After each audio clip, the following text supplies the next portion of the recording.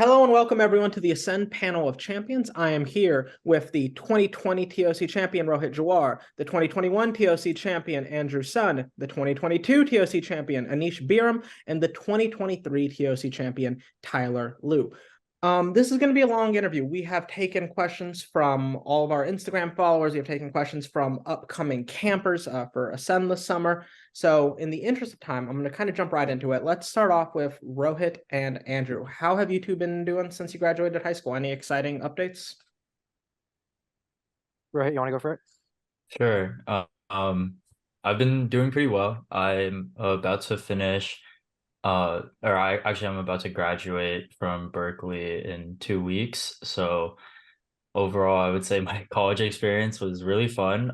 It was definitely pretty different than I expected it to be, what with like the COVID-19 pandemic probably making up the majority of my college experience. But overall, I would say it was really enjoyable. One thing that really stood out to me was the transition after high school from competing in debate to coaching debate and turning it into a teaching opportunity was honestly really enjoyable for me, and it was really fulfilling for me to be able to stay involved in the community, especially for the first 2 years after I graduated high school. So it was honestly, it's been a good 3 years. Awesome, awesome. How about you, Mr. Sun? Yeah, I'm just did my last final today. I'm split between Duke and UNC Chapel Hill. Um, and I don't know, lots college is a lot. I definitely did what Rohit said. I am so happy to embrace like the not competitive part of speech and debate that stays with me past high school. So that can include teaching. Um, for me, that's also included like taking really interesting classes that like related to like political science or public policy that have like been super relevant to or informed by a lot of the things that I've talked about in high school, but maybe even in more depth. And that's always been that's been a super great experience. So that's been a highlight for me.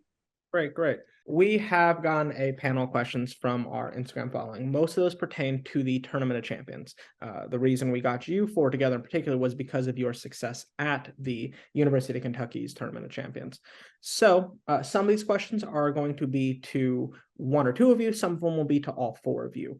We're going to start off with something rather basic. When you won the Tournament of Champions, whatever year of high school you were in when you did that, what did that mean to you personally? Let's start off with Andrew. Wow. Well, the last day of the TOC, the year I won it, so it was my senior year of high school, was the first day that we were allowed to go back in person. And so I did the final round at home, and then I went to school right afterward. Like I missed half like the first day back. And I remember well, like the middle of third period was when the awards ceremony happened. So I just like exited out of the class I was supposed to be zooming in. It was like a weird, it was like we were in person but zooming into class. So it was me and like some of my teammates and friends. And I just like left the meeting and joined the other meeting, which is why in the awards ceremony I was not wearing formal clothing. And so I like had my computer like this. Um, but it meant a lot, especially because I was with some of the folks who like uh, really made it possible, like my teammates. And then I jumped onto my coach's Zoom right afterward. He was in the middle of class, but I think he stopped that class too to watch the award ceremony, and we had a fun little toast, metaphorical toast. And after that, there was like I don't know, like spirit activities, and it felt normal again. So it was nice to have that coincide with like the first day back. I'll say that. Gotcha, gotcha. That is interesting timing. Let's move to Anish. It was a really similar experience, to be honest. Like, we competed virtually on Monday, I think, but we weren't able to find out the results until Tuesday. So I just like distinctly remember being in like my AP Calc BC class and like doing differential equations and then getting like a text that was like, hey, results dropped. And so I just like left the room, checked tab room, saw there was like a spreadsheet of like ranks, decided that like it wasn't like worthwhile to like try and add up like the rows. And so I just went back to class and like found out afterwards that I guess it worked out in my favor.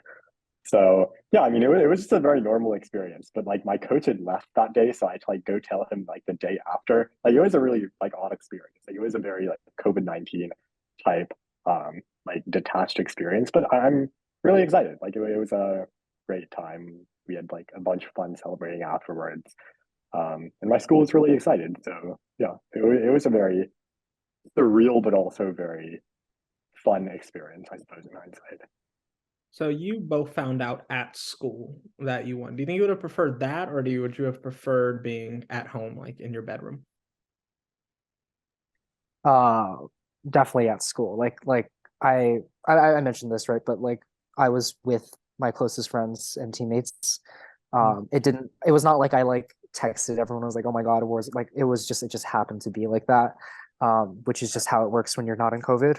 And so being reminded of that, like when I think of that, I think of winning as only a small part of the larger like cool experience that day was, just because it was the first time that I got to see many of my friends back after a year and a bit.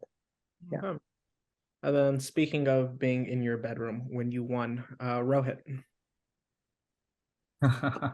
Um, yeah, wow. I guess like Andrew and Anish, both of your stories are so like interesting because it's like this like hybrid environment. So for me it was like really different, I guess. I guess like the important context for setting the stage here is like my school and probably like most schools in the country had just decided that they were going to cancel school and start moving to remote instruction probably a few weeks before the TOC.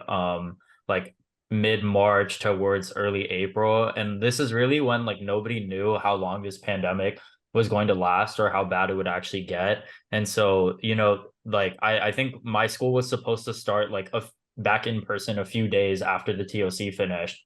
And so it was kind of a really weird like flux period. No one really knew what was going on. Honestly, I was kind of sad, not only because obviously we had to quarantine, but because by that point I had decided where I was going to college. I wasn't super stressed about like I had senioritis in kind of the worst degree. I wasn't really stressed about my classes. And I felt like the TOC was always like the tournament that I really enjoyed more than any other tournament inside my debate career. And it was something that I had always like really looked forward to. So by that point, there had never really been a big virtual congressional debate tournament. So it was honestly kind of scary to think about. Like, I had worked for this for like 4 years. The state tournament for California just got canceled. The TOC was going to go online, and no one really knew if it was going to be debate like as we knew it, or if it was just going to be this big failure. And so, honestly, for me, like the biggest thing is after the round finished, more than even just like winning or results or ranks, it was just really fulfilling to experience that it was really similar to normal debate actually. And I think I remember even telling Quest that I think like the virtual TOC went literally as good as it could have gone that year. It felt like it was normal debate. I mean, obviously, like there was mess ups the way that mess ups happen in a normal debate tournament, but it was really enjoyable still, and it felt like kind of the spirit of the TOC was maintained. So that was like the biggest thing for me. Obviously, I was super excited to hear ranks and results, and it made me really happy because it was something I felt like I'd been working towards like for the past 3 or 4 years. But I was just really excited for nationals after the TOC finished because I was like, it doesn't seem like virtual debate is going to be all that bad. Okay, and then Tyler, you had no such COVID problems when it came to your TOC victory. Yeah, so I was very lucky that this is the year that we finally went back in person. And with that, it one means so much more to me tournament wise when I'm traveling with my team, because just having your team around you when you're competing feels like such an amazing experience within itself. You're watching everyone else like progress through the tournament, and you just have people around you that are making the tournament so much more fun. And being at that awards ceremony in person, it meant everything to me, considering it was like, wow, almost like half my career had just been online. And this is the 4 years, this is the home stretch. I'm coming to an end of it.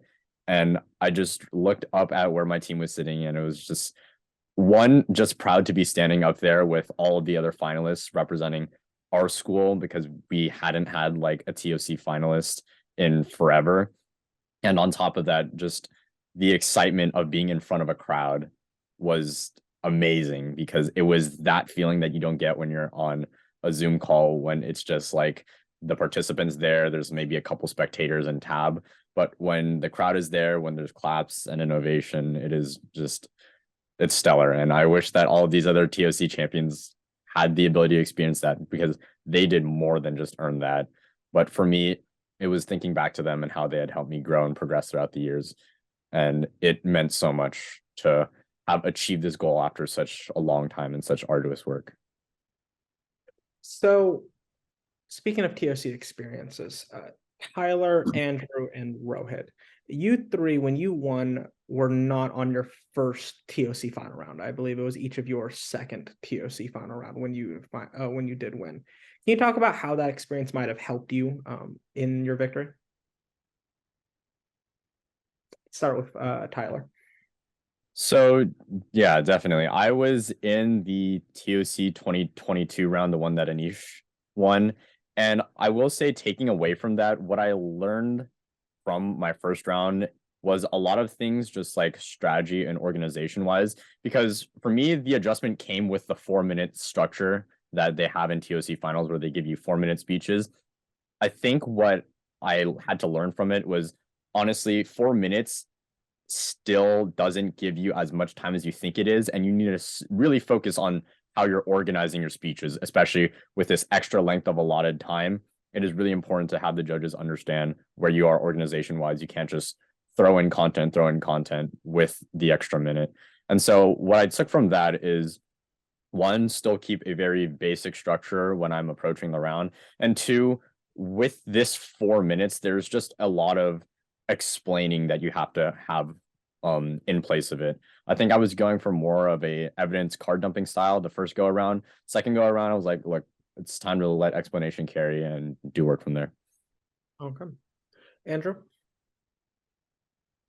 It's a good question. So I was in finals my junior year, which is the year Rohit won. And I watched that round after a lot, because it was not only the 4-minute adjustment that Tyler mentioned, but also the online. Like, it was the first online big on, as Rohit mentioned, big online tournament, and these videos were publicly accessible, which is just like an invaluable educational resource first and foremost. But also, I mean, like, I could go back and watch my speeches. I was not used to seeing myself speak, like, especially in a Zoom format. And so I got a lot out of just watching that round again and talking about it with my teammates. And I think that, plus the experience of having gone all the way to the final round through semis, which I remember semis that year in my junior year was like especially stressful, that made the following year feel like, I don't know, like, I think the 4-minute adjustment I really thought was a blessing for my style. It's something I learned after junior year, if that makes any sense. Like, I think for what I believed my strengths were, having more time was a good thing for me.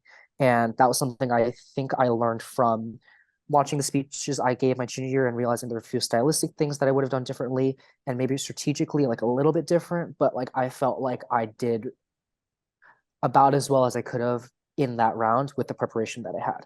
And so then I knew that for my senior year, if I could lean on the extra time and make the most out of the extra minute that we each get for 2 speeches and stay organized, that I felt like I had a good chance. And so that's how it ended up working out. But I would definitely stress the fact that I got to like watch that round. And so that what I guess what I'm saying is that you don't have to be in the round to have watched, like there's so many people that watch the round who are not in the round, right? Like I watched that round so many times, and I did not have to be in the round to watch that round afterward. But that was actually probably what helped me more than being in the round. But yeah, let's say that. So are you a big advocate of students watching themselves as much as they can, getting recordings of themselves speaking and watching that back? Yeah, like I mean I didn't do this before Zoom and I wish I did. I mean like before nationals my senior year, I went back to some of my speeches from junior year TOC and then compared them to my senior year TOC speeches because both were online and both were publicly accessible and it's such a huge difference. And I did not perceive a huge difference, but there was a big difference and you could just tell by watching. And so that was really important to me. I would definitely recommend it. Okay. And Rohit? Yeah, so I was at the TOC in 2019. I think that's like probably the last year it was in person since until Tyler won it earlier this year. I think Rain and Meow won it that year. So I would say that my experience, or I guess the way that it kind of changed my strategy is a little different because, like Andrew just really succinctly pointed out, the big benefit you get from Zoom rounds is that it's easy to watch them back. And so you can really hyper analyze the round and then dissect every single thing that you might have done that was good and bad, and then every single thing everyone else did. Well, like with in-person rounds, your memory is a lot more like followable, right? Like it you might remember certain things and forget other things, and for all you know, you're not even remembering the important things. But that's kind of what I had to rely on. So the big thing that stood out to me after 2019 TOC is that the TOC, at least in 2019, and I would say in 2020 as well, is almost a different style of congressional debate than a lot of other tournaments. The reason I say that is because what I noticed and from my experience in 2019, and that really guided my strategy in 2020, is that there's a really strong emphasis on having good content as well as good rhetorical skills. And there's actually like value behind putting a lot of thought into how you organize your speeches and what you include in it. So I just think like the quick anecdote that I remember from 2019 is that in when I was in the finals of the TOC then, I had like I think both of my speeches, or at least one of my speeches, my rhetoric was super messed up. I was like stuttering over a whole bunch of words. I had an intro where I was like mentioning the date, and somehow instead of saying like April 19th, I said August 19th, I think. There was like all types of stuff that I was saying that just like wasn't really flowing really well. But I had put a lot of thought into the content that I had said. And that actually ended up proving to be pretty valuable for me. I took fourth in 2019. And what that showed me is that even amidst making so many rhetorical mistakes, having good content was enough to kind of boost me up inside the judges' minds. And that really carried through with me to 2020, where I was like, obviously, I'm going to try to make my rhetorical style as effective as possible. But I could almost take comfort in the fact that the part I've always enjoyed the most about debate, which is like the content debate, was something that was really valuable at the tournament. So I can't say that I'm the most familiar with how the TOC is nowadays, but I hope that's something that still continues to be maintained because it's something I really appreciated about it at during 2019 and 2020. Tyler, do you think that is something that's been maintained over the past 4 years? I think it is something that has been maintained, like especially watching and competing in this year's TOC. I feel like a lot of debaters have this expectation that because it is like the Tournament of Champions, it is going to be like a hyper flow tournament. And like your judging panel isn't going to be a bunch of policy debaters or policy coaches that are looking for like you to run a K in a Congress round. It is still considered a tournament where one, your speech still has to have good theme to it and good rhetorical presence as far as how you're presenting your case. They still look for a thought out intro and conclusion. You can't really just slap something together. And on top of that, as Rohit said with the argumentation still has to be there. Now, it's still argumentation that I've noticed. Obviously, it still has to be something that is advanced and expected of the TOC finals, but the key is still to make it as simple as possible. Your judging panel isn't like filled with all of these like PF or LD debaters that are just going to follow you link by link. Every bit of explanation still has to be there. And you still have to throw in an element of, I guess, entertainment in order to make yourself caught on as a speaker. Okay, sounds good. And then Anish, you are a little bit different in this regard. You walked into the TOC final round a bit more blind. What was that experience like? It was a very interesting experience for me in terms of preparation, because the year before I actually prelim dropped the TOC, so I had no experience in the TOC prelim round, and so for me personally, it was just a matter of taking each round by round, because I couldn't rest on getting past quarters or semis or finals, and so breaking to finals for me was in and of itself a very prideful accomplishment. And that's why I think the way I approached the TOC was honestly a very uh it was a matter of mindset, which is I think the way I approached the TOC was honestly like to have fun in the final and to do what I could consider the best that I could do. And irrespective of the ranking, regardless of how I placed, like I'd be content knowing that I gave it my best. And I know oftentimes we like talk about that, but then place implicit expectations on ourselves.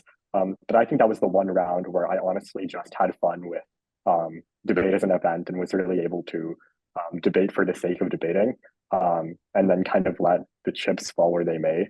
And so I think at least having it be my first time in a TOC final or a TOC out round at least gave me that level of calm, knowing that I mean I didn't have any expectations on myself or anyone having other expectations for me, and perhaps that's why I probably did my best in that round as well, I think. Okay, awesome. We'll be looping back to some of that stuff, the mindset material in just a little bit. But in the meanwhile, Tyler and Rohit, you two have an interesting connection. Tyler, you were a freshman when Rohit won the Tournament of Champions. And then in that time period, you went to the camp that Rohit worked at. He coached at your school for, I believe it was 2 years.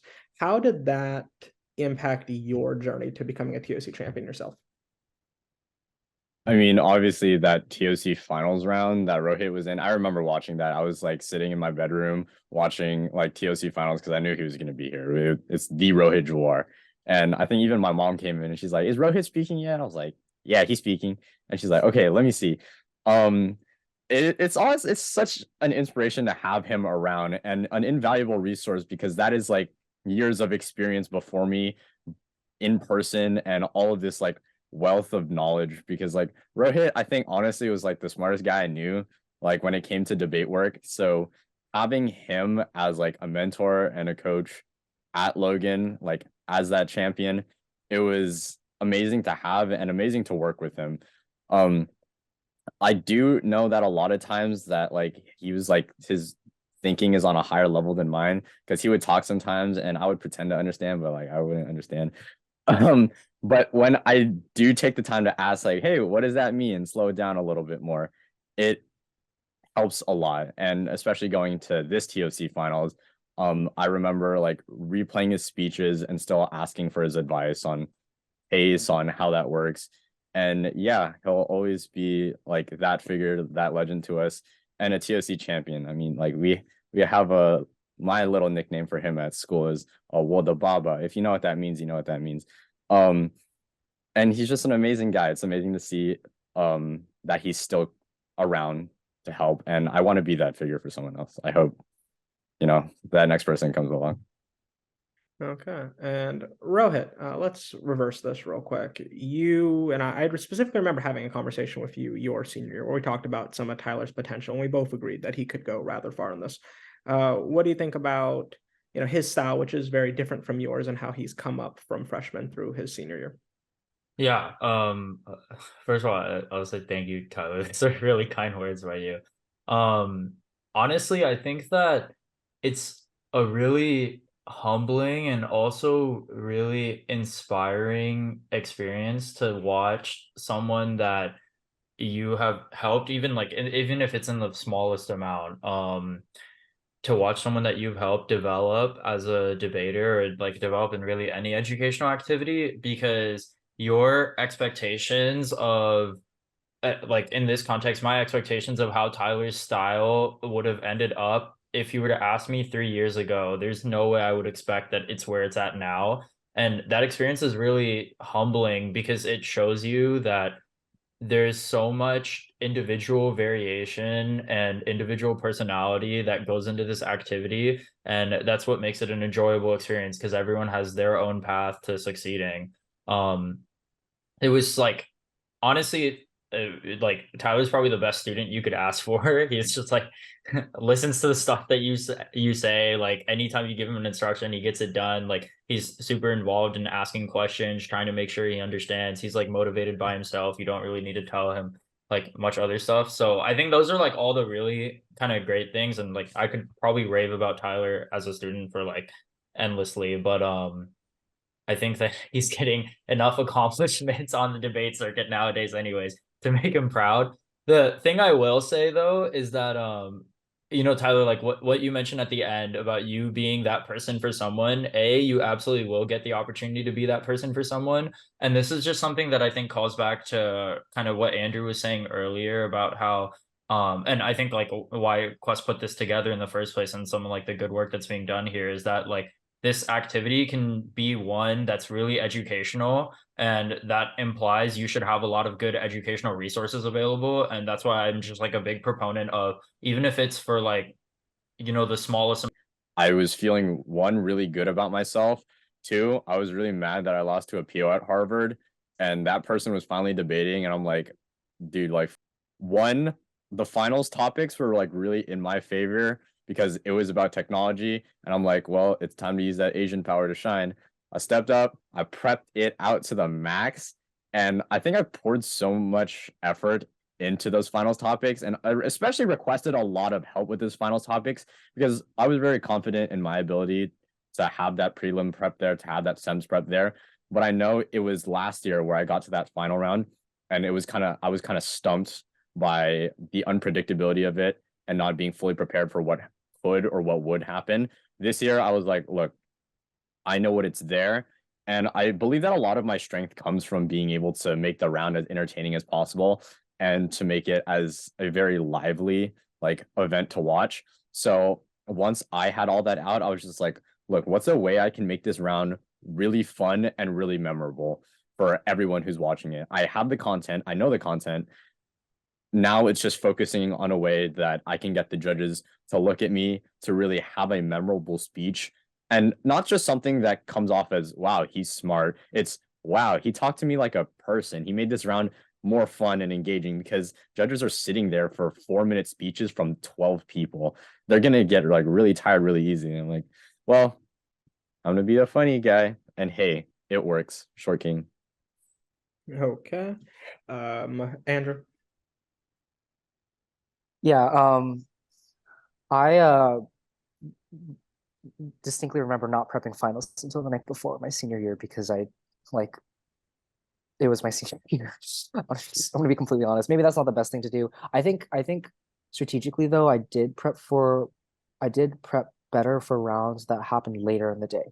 So like for instance, if there was a quarter round at the beginning of the day and then the semis round later on, like an hour after or something, I would prep the semis round ahead of time and then prep the quarters round the night before.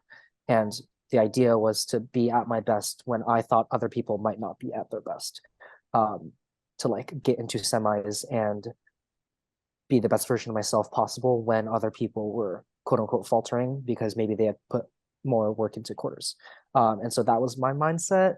I have no idea how much that contributed to anything. I came into the tournament my senior year not really thinking about who I like my chances, if that makes any sense. Like I think I was more interested in making it an enjoyable experience for myself. And so part of that is going far. But I did not like look at the entries list. I think one thing I did emphasize to myself when prepping TOC, as Anish mentioned, like the themed rounds, I tried to embrace like the role playing part of Congress a little bit more to like convince myself to flow more. I would flow what people wrote on the first bill and see if what they said contradicted what they said on the second bill. And if it did, I would like say it. And I thought that was really funny. Maybe a weird sense of humor, but like I remember like saying something to someone about a stance they had taken like in a previous round, like completely not relevant to the judges, um, about something that was just contradicted by their last speech. And I think in TOC actually strategically, like it was helpful for me to think about how the bills interacted. So like it doesn't have to manifest in like an actual part of the speech, but like to think about how these bills are part of a larger theme helps you with theming, helps you with the rhetoric you want to use, the values that you think are important to push in the debate. And so actually thinking like that in a fun, experimental kind of way was strategically, I think, very helpful for me, even though like it didn't come out in terms of like, oh, you said this on the first bill, and now you said this on the second bill, and that's a contradiction. Like I didn't take it that far, but it did actually help me a lot to think of the two bills as part of a larger whole and as my advocacy. So now let's bounce away from just the Tournament of Champions and just general speech and debate, because y'all obviously have had a ton of success at Tournament of Champions, but also just really at every tournament you went to. So first big question is, do you have any tournament warm-ups? So just 1 to 2 sentences, any warm-ups that y'all did before tournaments that you think helped you? Let's start, Andrew. There was like I forgot what it's called, but I searched up a 2-minute singing warm-up.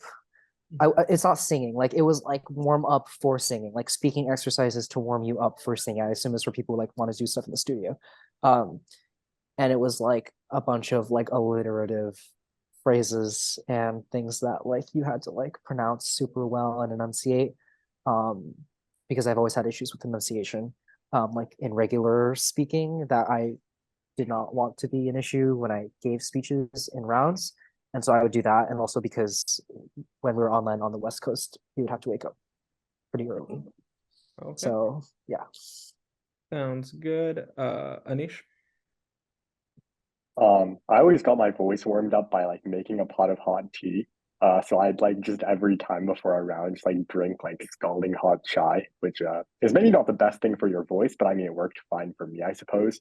And then I just go and review the content of my speeches, make sure I was familiar with my evidence, familiar with my data, my analysis. So I was able to answer questions about that and not be like reviewing my case for the first time in round. So I didn't do too much to necessarily warm up my voice per se, but I focused on making sure I was acclimated with the cases I wrote, and was especially awake to debate early because I'm not an early morning person and can stay up really late, but cannot wake up early in the morning for the life of me. Okay. Rohit? I didn't really have any like things I would religiously do before rounds. Like when I coach, I tell people that they should do speaking warm-ups and vocal warm-ups because I think they're good to do, but I never did them myself. The only thing I would say is that I would go through my cases, and this wasn't necessarily like right before the round, this was just like some point before I debated it. I would go through my cases and just think through what are the like big arguments going to be in this round? How does my case interact with these arguments? How do I envision the structure of my case changing throughout the round? And I think that last one is really helpful for people that struggle with organizing speeches, because if you can envision the way the structure of your speech will change before you're in the round, it's way easier to just meet the scaffold once you're inside the round. Okay. Tyler? In terms of pre-tournament and pre-round rituals, I take it pretty seriously. Buy double stuffed Oreos like before the tournament starts. Doesn't matter if you eat them, it doesn't matter if you don't eat them, just buy them. Only drink water. Sugary and soda drinks will mess up your voice. That is like tried and true. Shower before you leave to the tournament and shower when you come back. You don't want to be musty, or else like you'll carry that must into round and it's just bad luck. At minimum, 3 speaking run-throughs of your speech before you get into the round, and have a pre-tournament playlist, because that'll do wonders for you to just like get you in this mindset, get you in the mood, and like if you're moving and grooving outside of the round, you'll do it in round as well. Okay. Way back when I debated, early round speeches was the way of the land. It's what everybody wanted. You fought for your early round speech. Then Rohit here happened, and everybody said that I want to speak late, and I will win speaking late, and that is the only way to win, by speaking late. So, Tyler, I would say over the course of this year, you've really shown us that early round speaking can, in fact, still win. You want to let us know what is imperative to being successful for early round speaking? I think when it comes to early round speaking success, one, you have to bring a lot of energy. I think that's like true, like when you speak anywhere, but especially when you're coming in the early round, because the sponsor, I've noticed, will try to take everything very technical and get everything down the right way. So their speech is fine, but as far as entertaining or energetic, it's not there. So if you're going to speak early, bring a lot of energy so you can set the tone and the standard that everyone has to meet you at in order to go throughout the round. Two, early round speaking doesn't mean you just throw out refutations of what people say before you. Absolutely call them out and say they either one, didn't start the round off as well as they should, or they've kind of got us there but didn't follow through. So let me do that. If you're able to set that, you automatically set this like this tone and this image in the mind of the judges, like, hey, this is someone who is paying attention so far and is going to show me what the round will continue to progress in. And the last thing I will say, a lot of the times I've seen sponsorships forget to set a framework for where the debate should go. If you're an early round speaker and your sponsor forgets that or gives a very bad framework, give one. Because once you give one, you look very smart and it forces everyone in the round to at least mention you to meet the framework that you met. And if they don't, then it looks like the judge is like, hey, they set the standard, no one met that standard. Looks like I have my winner. And that's where you go from there for early speaking. And then to flip the script, Rohit, what would you say is imperative to successful late round speaking? I would say argumentation is like the most important. And so I should clarify, when I say argumentation, this is like a different thing in my head than like refutation, clash, weighing and stuff.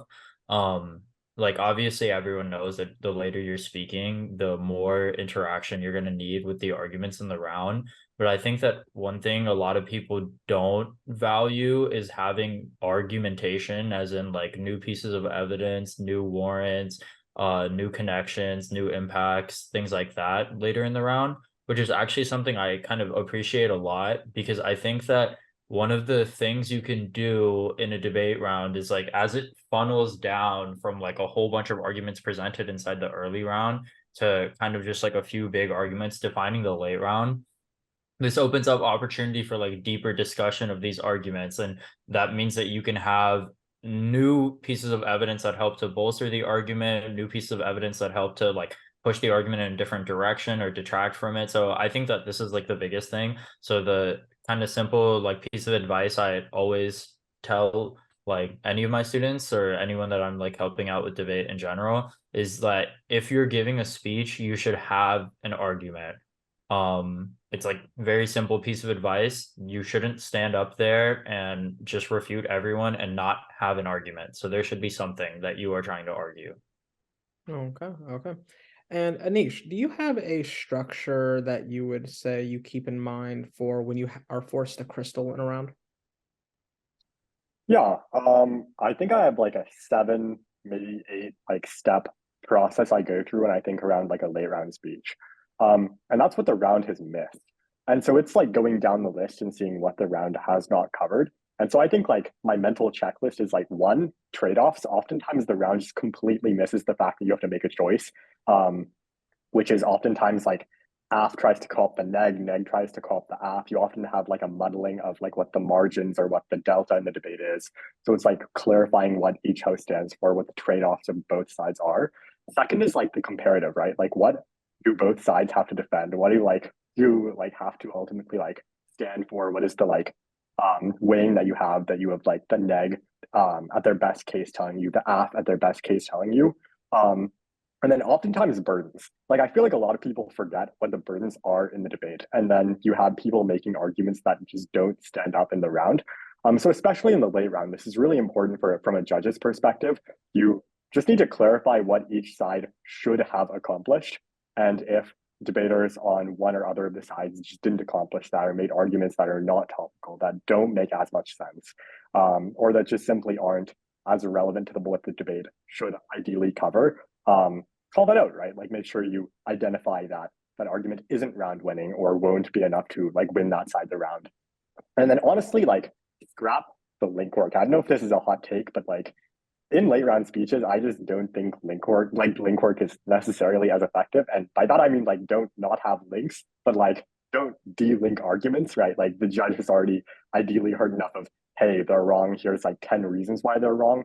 But like weigh them and like weigh the links, weigh the impacts, and just like prove why, even if you assume their best case is true, it isn't necessarily enough to win them the round, even if you grant them the extent of like the impacts that they want to champion. And so it's really just seeing like what the round I think has undercovered or miscovered, and clarifying that up for your side to make it as simple as possible for the judge when they're looking at a ballot and really saying like, which debater do I think made the round as understandable as possible, but also as like nuanced as possible at the same time. Okay, sounds good. Andrew, can you tell us just a couple of tips or strategies for standing out in a super talented elimination round where everybody's good? How do you stand out from the pack to get the judges to notice you? So I think in like rounds like that, everyone can speak well and has good arguments. For me, what has always been important is framing arguments. So I'm not necessarily talking about like the framework stuff that Tyler was mentioning with the sponsorship, although I think that's very important. What I mean is like there's so many things that any one debater can talk about at any point in the debate. Why are you choosing to spend your 3 minutes on the things that you're choosing to spend your 3 minutes on, and actually explaining why you're making those choices? So like almost meta, like it's not just I'm making this choice, it's why are you making this choice? And that's a weighing argument, right? Like why are you choosing to focus on this part of the debate instead of this other part? In every speech I gave my senior year, I had a framing argument after my introduction. And oftentimes it was not like a very technical thing. It was enveloped in like nice rhetoric, but the point was still to explain to everyone that this is what my speech is about and this is why I'm talking about it. And so I almost like to think of it as like, you might want to ask yourself before the round or during the round, what is like the one sentence stance of your speech? Like what if you were to somehow distill and reduce dimensionality of your speech down to just this one main stance? What is that stance? And then to unpack from there and to reverse engineer what it is you want to talk about to make that stance possible. And then your framing argument is that stance and why are you giving that stance? And so the reason I bring this up is because it almost seems to me that if you can do that successfully, it does not matter when you speak, because if you are able to successfully explain why at a certain point in the round you're choosing to make the arguments that you are making, it does not matter if you're giving like the third affirmative versus the seventh affirmative, because you're weighing. Framing implies weighing. And it is my belief that every person in the round needs to weigh in order to be successful in the round. Yeah, I completely agree with that. Far too often, I think debaters just go on to rounds and just kind of say things without talking about the importance of what they say or how it fits into the round. So I'd say every debater should definitely be listening to that. Okay, so moving over to some mindset stuff. I've coached for my 7th year coaching, I believe. And I'd say there's a lot of debaters with unhealthy mindsets when it comes to debate. They need to win, or they need to be a part of certain groups in the debate world, stuff like that. How have you combated this, and what have you done to ensure a healthy mindset with debate or a healthy relationship with the debate world? Let's start with Rohit. So this is an interesting question because I feel like and I mean I'm interested to hear all of y'all's answers, of course, but I feel like a lot of people after they graduate at high school will have like all these kind of really like, I don't know, like really like high level comments about mindsets in debate, and none of them actually practiced that when they were in high school. So I think like I would bite the bullet here and say my mindset in high school was probably not super healthy. Like I definitely think I placed a lot of importance on results.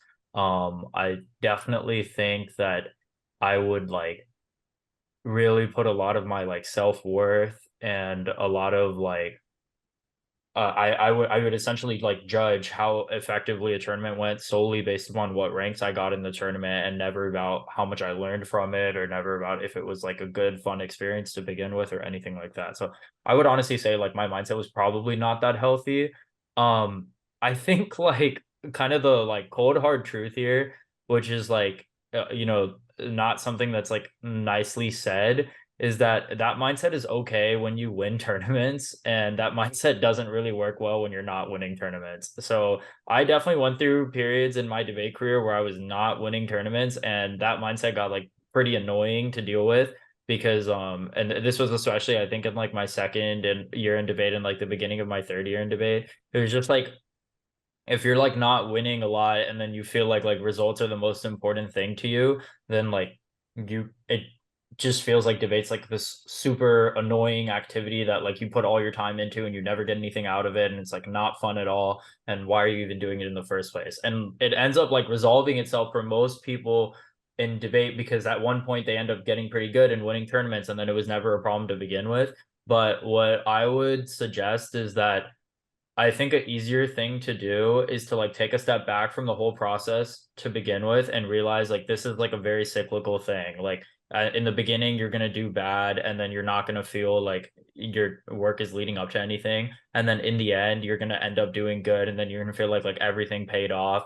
And hopefully you will end up doing good and you'll feel like everything paid off, and then like it fixes your mentality. I think an easier thing, instead of just saying like results don't matter, is taking a step back and realizing like if this process is so cyclical and there's like not much you can do to escape it, at least you can like take solace in the fact that the result probably will come. It may not come at this tournament, but it will probably come at the end. And one thing I can confidently say is that like every single person that I've ever seen in debate had at least one accomplishment by the end of their career that meant something to them. And that's really what matters, because like 2 or 3 years from now, like, or 2 or 3 years after you graduate, it really doesn't matter like what accomplishments you had that meant a lot to other people. It matters what meant a lot to you. And like that's kind of easier said than it is like done, but it's like really striking once you graduate and once you like look back upon debate. The things that like I remember the most about debate are not what people would think I remember the most about debate.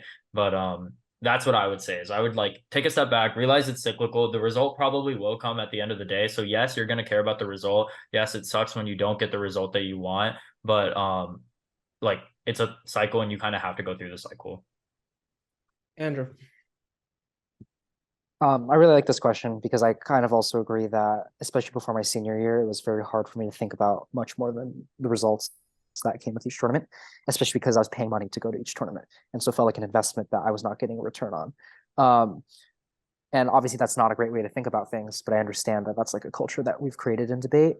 Senioritis was great for me because it forced me to give myself reasons to participate in online tournaments that were not just about competing. And so I had two motivations my senior year.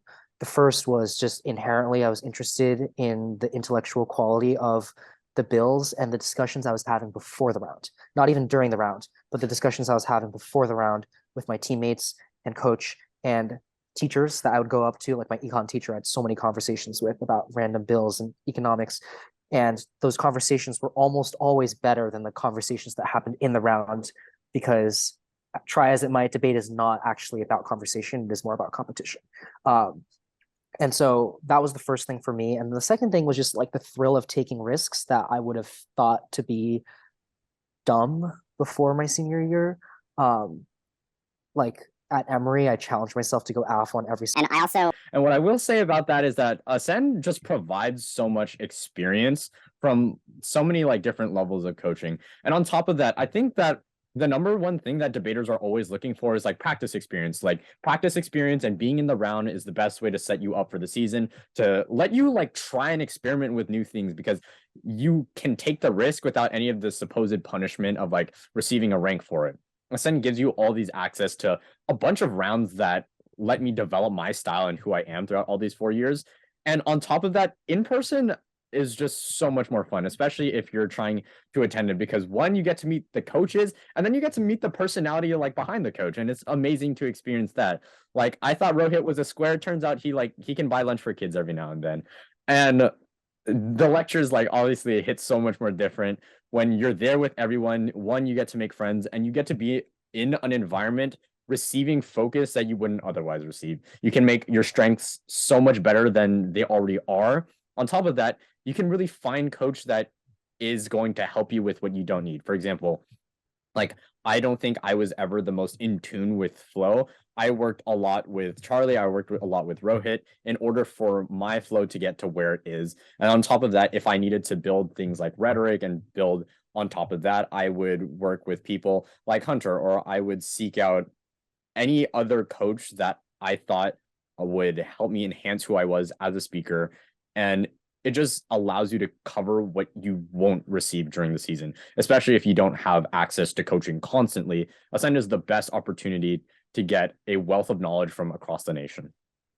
Awesome. Rohit. Yeah, I mean, I'm super biased, obviously. All I'll say about Ascend, I mean, like Anish, many people might not know, but you have a younger sibling coming up in the debate world. We're just wondering how long until she inevitably surpasses you? I don't know why you framed it like how long. I don't know why you asked the question like since when. Like I argue she's already better than me, and it has not been very long. So yeah, like there's just like no difference. She's like here, I'm like here. Her delivery is better. Like I don't know what to say. Okay. Glad you know your role in that regard when it comes to the family. On to you, Tyler. You have been an inspiration. Your success has been an inspiration to short kings all over the country. We're wondering, what message do you have for your fellow short kings out there? You may be short, but as long as your personality packing, you got this. Andrew, you judged at TOC this year. I believe you judged a SEMS round, if I remember correctly. I'm wondering, would you have won that round if we placed you into it? No, I don't think so. I think I would have gotten like third. Yes. And just because I think there were things that happened in that round, like that, like I think Congress is sometimes very stagnant, where it's just like everyone goes AFNEG, and then it's just like you vote on the bills, and then it's just like I think there were like things that happened in that round that were more progressive than I could have handled, and I mean that in the best way possible. Like there were amendments thrown around, um and I saw that actually happening in the other round that I like watched a little bit of. And I don't know how I would have handled like having an amendment thrown at me, and let's say it's like seconded 1/3 majority, and like then you just give this, like I don't know how I would like deal with that sort of stuff. I think that's great though. Like I love that Congress. And maybe this is not popular with the folks in this call who are still competing, but I personally think it's great that there are tactics in Congress that are, in some sense, moving the role playing aspect of this event forward, because I do actually believe there's a lot of value in the role playing aspect of this event. Okay. Yeah, imagine running an amendment at TOC. That's crazy. It's crazy. See, Rohit, that is how you be humble when asked these questions. Just take a look over at Andrew instead of proclaiming yourself the best. But okay. okay, I think Andrew's the best TOC champion. Okay, Anish, if you were banned from debate, the debate side of speech and debate, and then they said you're also not allowed to do extemp, what IE event would you do? Wait, like no debate events? No debate events, and extemp is off the table. What are the debate events? Like what are the speech events again? Oh my gosh. Like what are the options? OOHIDI, duo, poi. I do like a oratory, I suppose. My Okay. Or no, I do like a HI. I do the HI. I feel like I'm gonna be a big funny man. I'd actually pay serious amounts of money to watch. It's because I've done HI before. Really? Huh? Wow, the more you know. Okay, Tyler, if you were able to live your dream of being a WWE wrestler with entrance music every single time you walk out in front of everyone, what would your entrance music be? There's this one song in Tagalog called Panolo by Trap Caranoso. I don't know if you've heard it, but that's like a fire entrance music. Another one is Shut Down by Blackpink. Okay. Interesting answers. Okay. One last question for y'all. To everyone who's watched this long, what parting advice do you have for everyone watching, or especially the debaters watching? Let's start with Andrew. My advice is to make friends of your teammates, first and foremost, and second, to find something inherently motivating to you about this activity that is not the competitive aspect of the activity. In college, you'll find yourself asking why you even did it. And if you do not have a good answer to that question, that hinges entirely on whether you were able to in high school find reasons that were inherent to who you are and not how other people see you as to how you value the activity.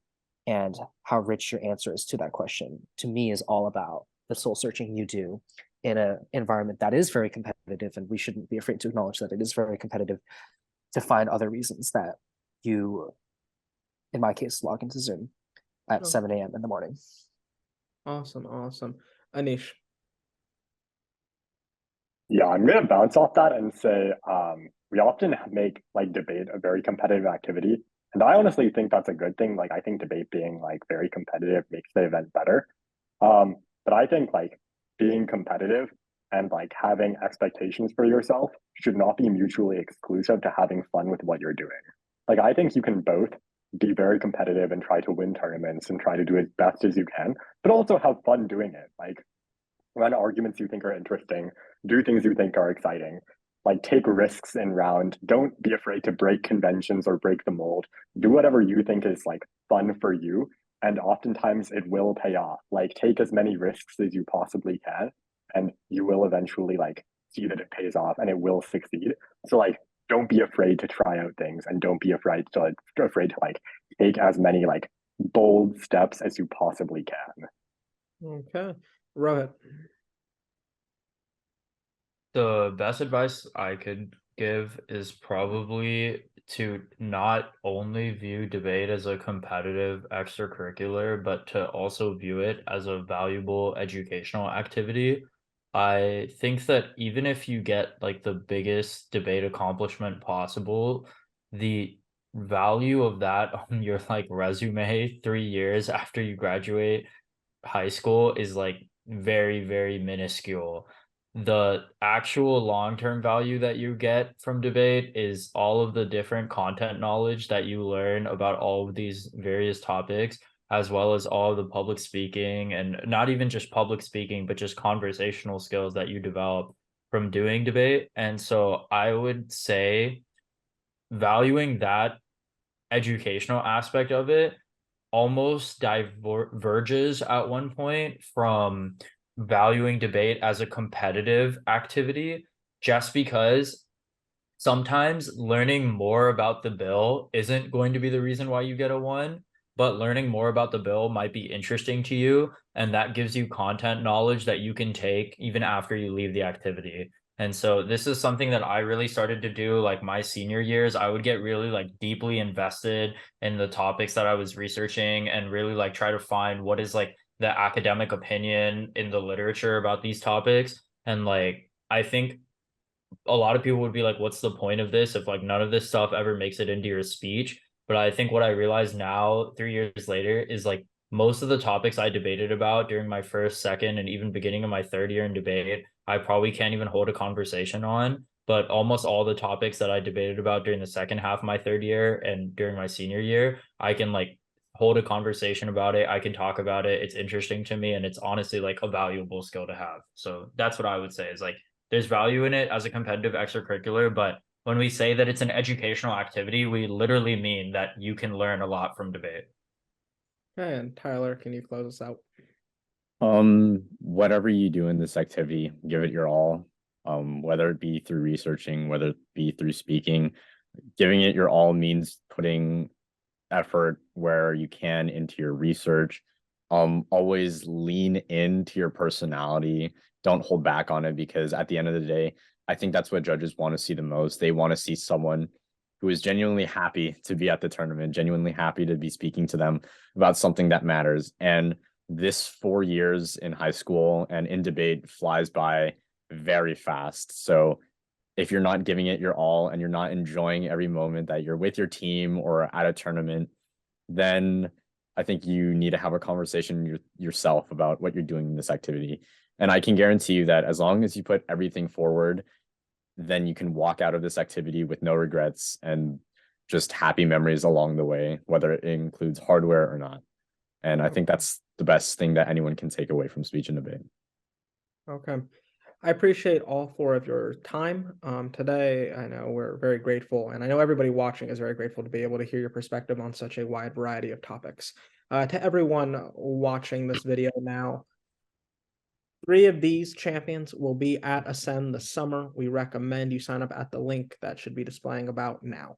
So please, please, please, I know they would love to work with you. We offer financial aid options, very hefty financial aid options, and we're willing to help every student get their Ascend experience. So thank you again for your time, and I hope to see everyone this summer.